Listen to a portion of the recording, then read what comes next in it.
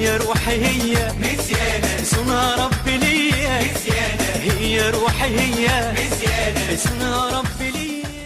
مرحبا وأهلا وسهلا بكم في فيديو جديد للحوتة الليبية. اليوم حنحكي لكم على تذكارات أو سوفينيرز من تونس.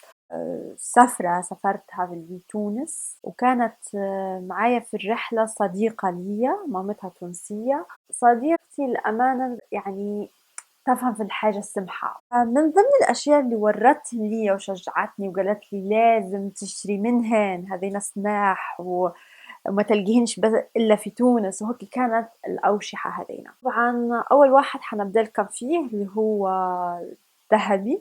بالنسبة لي القطعة هذه نعتبرها تخيل تمشي مع أي لبسة، أنا نموت في اللون الذهبي.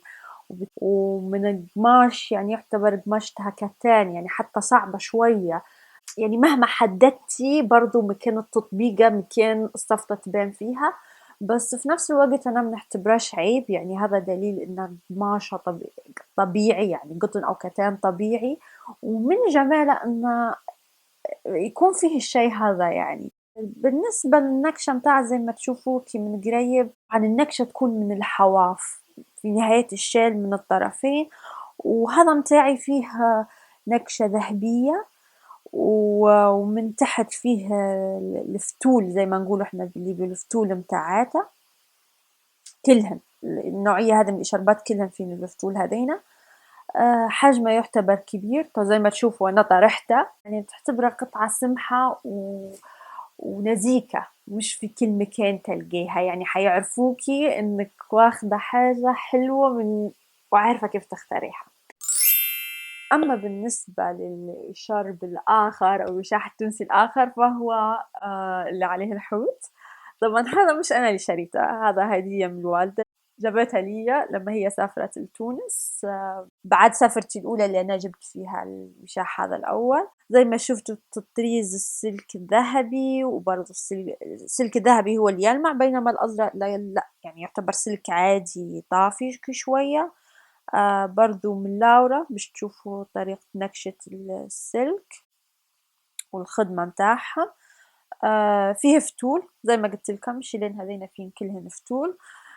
لونها متاعها برضو اوف وايت، يعني هذا اللون الدارج في كل الأوشحة التونسية. في ألوان أخرى لكن أنا بالنسبة لي أجمل لون، لأنه يبين النكشة يبين الخدمة، وأنا حبيتها يعني اللون هذا، خاصة إني هذين يعتبرن تلبسيهم في الصيف أو في نهاية الصيف لما يبدأ يسقع الجو، فيظل يعني الأجواء الصيفية الألوان الفواتح فيهم ديما اللي طاغية. الحجم كبير، نقشة سمحة تلمع.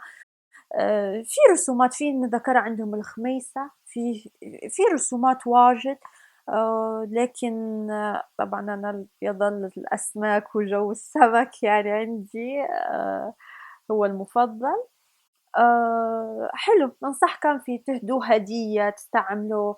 طبعا صاحبتي حكت لي عليه، إني قالت لي مش بس تستعملين كلبس، يعني حتى في الديكور لو تبي تحطيهن على الكرسي، على ايد الكرسي، الكنبة، يجي حلو.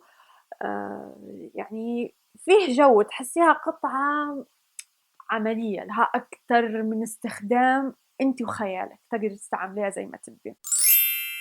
أما القطعة الأخرى فهي مش وشاح، هذه منشف يستعملوا فيها سواء كان على البحر أو لما في السبا. عملية قطن خفيف وفيه فتول، وأنا يعجبني يعني فيه جو.